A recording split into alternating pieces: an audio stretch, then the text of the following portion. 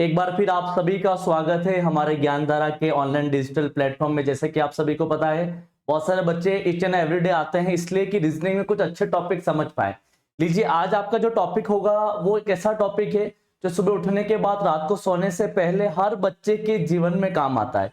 वैसे कोई न कोई रीजनिंग का टॉपिक जिस तरीके से अपन देखें तो उसके दृष्टिकोण से उसके जीवन में काम आता है, लेकिन एक ऐसा टॉपिक है जिसका नाम है ब्लड रिलेशनशिप, जिसको हम कहते हैं रक्त संबंध। और यदि मैं ब्लड रिलेशनशिप की बात करूं, रक्त संबंध की बात करूं, तो सुबह उठने के बाद रात को सोने से पहले जितने भी रिश्ते आंखों के सामने होते हैं, जिनको हम कुछ नाम से बुलाते हैं, वह उसका रक्त संबंध कहलाता है। रक्त संबंध का मतलब उसका रिश्ता उस सामने वाले व्यक्ति से खून का हो। जैसे मैं उठने के बाद, आपको पता है और हम सब उठने के बाद ऐसा नहीं है कि सुबह उठते ही हम हर किसी व्यक्ति को कुछ भी बोलते हैं, उसका जो नाम होता है वो नाम नहीं बोलते हैं। जैसे मान लीजिए हम उठते हैं तो उठते ही पापा जी को पापा जी कहते हैं, मम्मी जी को मम्मी जी कहते हैं, दादा को दादा कहते हैं, दादी को दादी कहते हैं, ऐसे नाना को नाना, नानी को नानी कहते हैं। अब पापा को हम पापा जी कहते हैं या पापा कहते हैं, ये हमारे लिए रक्त संबंध है। लेकिन हम पापा को ये भी कह सकते हैं कि मम्मी के पति। बात तो सही है, मम्मी के पति पापा कहलाता है, लेकिन हम कभी ये नहीं कहते हैं कि मम्मी के पति यानी हमारे पापा जी, तो उनको मम्मी के पति कहते हैं। मम्मी को मम्मी कहते, कभी ये नहीं कहते हैं कि और पापा की पत्नी कैसी हो। कभी कह के देखना, एक बार कह के देखना, उसके बाद अगले दिन फिर देखना आप अपने खुद की शक्ल को। तो इसका मतलब ये तमाम जो रिश्ते हैं वो हमारे कहीं के काम आते हैं। तो रक्त संबंध का सबसे इंपॉर्टेंट जो पार्ट अपने जीवन के लिए है वो ये है कि हम रक्त संबंध को कैसे बेहतरीन समझ सकते हैं। देखिए, बहुत सारे बच्चे ऐसे हैं जो रीजनिंग को थोड़ा सा हाई लेवल, टफ लेवल से समझते हैं। मेरा ऐसा मानना है कि रीजनिंग एक ऐसा सब्जेक्ट है जो आप और हम सभी के लिए सबसे खूबसूरत सब्जेक्ट मानता हूं। मैं इसलिए भी मानता हूं क्योंकि उसके अंदर जो मेन चीज है, जो क्लाइमैक्स है, वो माइंड विजन है। जैसे मैं बात करूं यहाँ, यदि मैं टॉपिक लिखूं रक्त संबंध का, तो रक्त संबंध का मतलब इतना सा है, संबंध का मतलब इतना सा है कि जब कोई दो लोगों के बीच में खून का रिश्ता जो है वो अपन को बताना। अब रक्त संबंध में अलग अलग टाइप के सवाल आते हैं। सबसे पहला टाइप का सवाल आता है अल्फाबेट। अल्फाबेट का मतलब ए बी का ये रिश्ता, बी सी का ये रिश्ता, सी डी का ये रिश्ता, तो ए का डी से क्या रिश्ता होगा।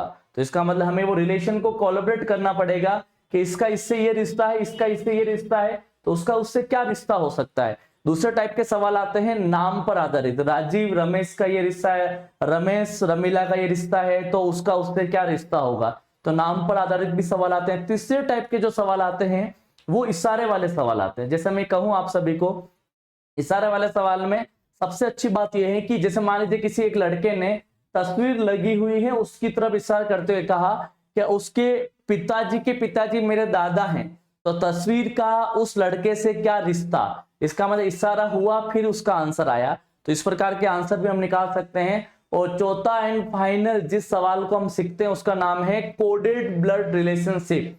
यानी दो लोग, दोनों के बीच में कोई कोड दे रखा होगा, चाहे अल्फा दे रखा हो, चाहे बीटा दे रखा हो, गामा दे रखा हो, @ दे रखा हो, हैश दे रखा हो, लेकिन दोनों के बीच में जो ये सिंबल है, सिंबल को आगे बताया जाएगा कि इस अल्फाबेट को ये बोला जा रहा है, पिता बोला जा रहा है, पति बोला जा रहा है, माँ बोला जा रहा है, भाई बोला जा रहा है, बहन बोला जा रहा है। तो बताइए, फिर अगला सवाल पूछा जाएगा तो उसमें जो जो सिंबल जिससे इससे पहले बोले हुए हैं उसी के आधार पर हम सवाल को सोल्व करेंगे।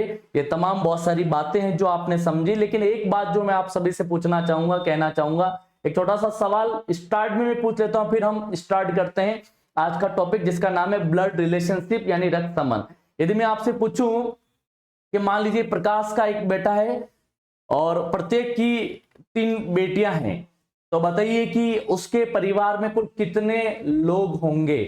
तो इसका आंसर यदि आपने कमेंट बॉक्स में करा तो मुझे लगता है कि आपका यहाँ ब्लड रिलेशंस में कहीं न कहीं कुछ न कुछ आपका अपने आप में कुछ नॉलेज है। लीजिए, मैं आपको आज का जो टॉपिक है रक्त संबंध, रक्त संबंध कुछ भी टॉपिक नहीं है, इसको थोड़ा सा ऐसा समझते हैं। जैसे मान लीजिए मैं कहूँ सबसे इंपॉर्टेंट बात आती है जनरेशन। जनरेशन का मतलब जैसे आप और हम सेम जनरेशन के हैं, तो भाई और बहन की हम बात करें तो भाई और बहन लगभग सब सेम जनरेशन के होते हैं, क्योंकि आज का सबसे इंपॉर्टेंट जो पार्ट होता है वो जनरेशन ही होता है।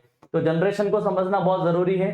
तो भाई बहन, अब मामा के लड़के भी हमारे ममेरे भाई, मामा की लड़की हमारे ममेरी बहन लगती है, तो मामा के भाई बहन यानी मामा के लड़के लड़की भी हमारे क्या लगते हैं, वो हमारे भाई बहन लगते हैं, चाहे ममेरा भाई हो चाहे ममेरी बहन हो। उसके बाद चाचा के लड़के लड़की भी हमारे क्या लगेंगे, तो चचेरा भाई और बहन लगेंगे, चचेरा भाई और बहन लगेंगे। उसी प्रकार मौसी के लड़के लड़की भी हमारे क्या लगेंगे, तो मौसेरा भाई और बहन लगेंगे, मौसेरा भाई और बहन, तो मौसेरा भाई और बहन।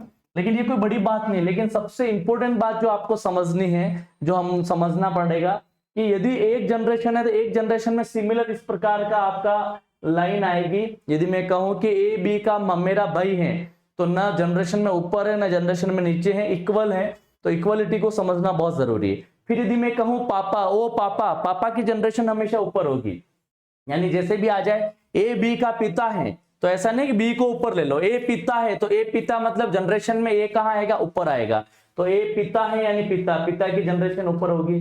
माँ, माँ की जनरेशन पिता की जनरेशन के साथ होगी। उसके बाद चाचा, तो चाचा की जनरेशन भी पापा के साथ होगी, चाची की जनरेशन भी पापा के साथ होगी। उसके बाद मौसी, प्यारी मौसी सबको प्यारी लगती है, तो मौसी की जनरेशन भी हमारी कौन सी होगी, मौसी की जो जनरेशन है वो भी हमारी कौन सी होगी, मौसी की जनरेशन भी हमारे पापा मम्मी की जनरेशन की होगी। फिर आगे बात करें, मान लीजिए बुआ, तो बुआ की जनरेशन भी हमारे पापा मम्मी की जनरेशन की होगी। तो कभी कोई पूछ ले कि ए बी की बुआ है तो बी ए का क्या रिश्ता होगा, कल के बाद सवाल ऐसा भी पूछते हैं ए बी का पिता है तो बी ए का क्या होगा, ए ऑप्शन बेटा, बी ऑप्शन बेटी, सी ऑप्शन बेटा या बेटी, D option none of the, इसमें से कोई नहीं। तो बहुत सारे बच्चे जो खुद बेटे होते हैं तो बेटा ऑप्शन सोल्व कर लेते हैं, बहुत सारी बेटियां जो हमारे इसमें इस चैनल से जुड़ी हैं वो हमेशा बेटियों का ऑप्शन टिक कर लेते हैं। लेकिन ए बी का पिता, ए पता है कि पिता है, लेकिन बी का हमें जेंडर पता, मेल है या फीमेल है ये पता नहीं है, इसलिए हमें ये समझना पड़ेगा कि जनरेशन को कैसे समझना है।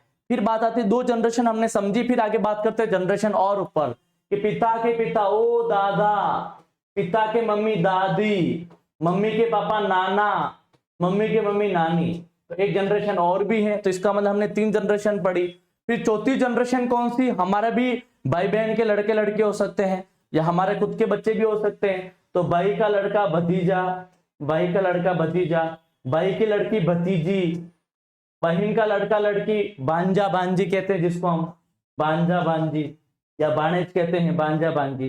तो इसका मतलब टोटल मिलाकर हमने यहाँ पर 4 जनरेशन पढ़ी। हमसे नीचे तो एरो नीचे जाएगा, हमसे ऊपर एरो ऊपर जाएगा, हमसे ऊपर ऊपर एरो और ऊपर जाएगा। ये तमाम चीजें ये बताती है कि कहीं के जनरेशन, जैसे क्वेश्चन में पूछा जाए ए बी का दादा है, तो ए बी का दादा, ए दादा है किसका, बी का, वो क्वेश्चन पूछ लेता बी का ए से क्या रिश्ता, ये रिश्ता क्या कहलाएगा।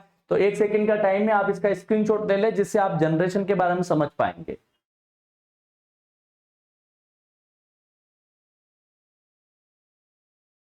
अब ये जनरेशन जो आपने समझी है, जैसे मैं आपको एक क्वेश्चन के माध्यम से बताऊं और उसका यदि आप आंसर बताएं, मैं कहूं कि मान लीजिए पी क्यू का पिता है, क्यू आर का भाई है, आर एस की बहन है, एन एस की मां है,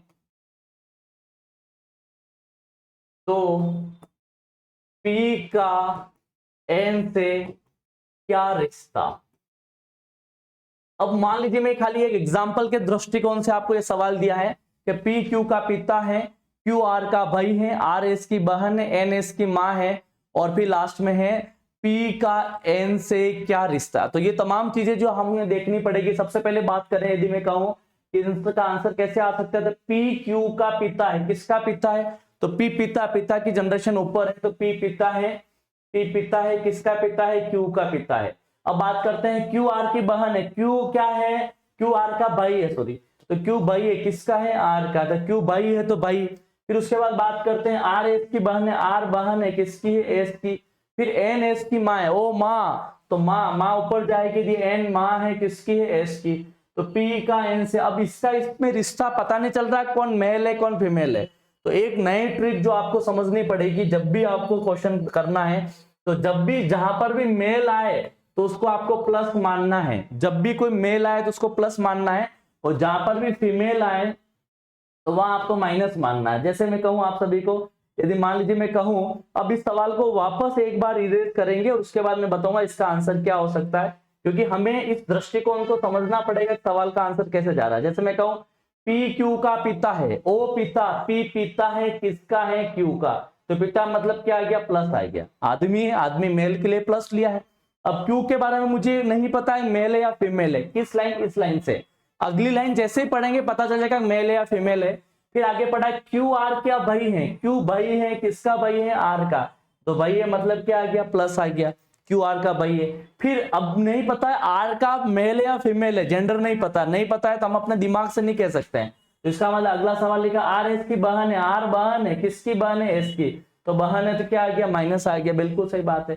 फिर आगे बात करते हैं, फिर एन एस की माँ है, एस की माँ है जो एन है, यानी एन माँ है, माँ है मतलब माइनस है, लेडीज है, औरत है, फीमेल है, फीमेल के लिए माइनस है।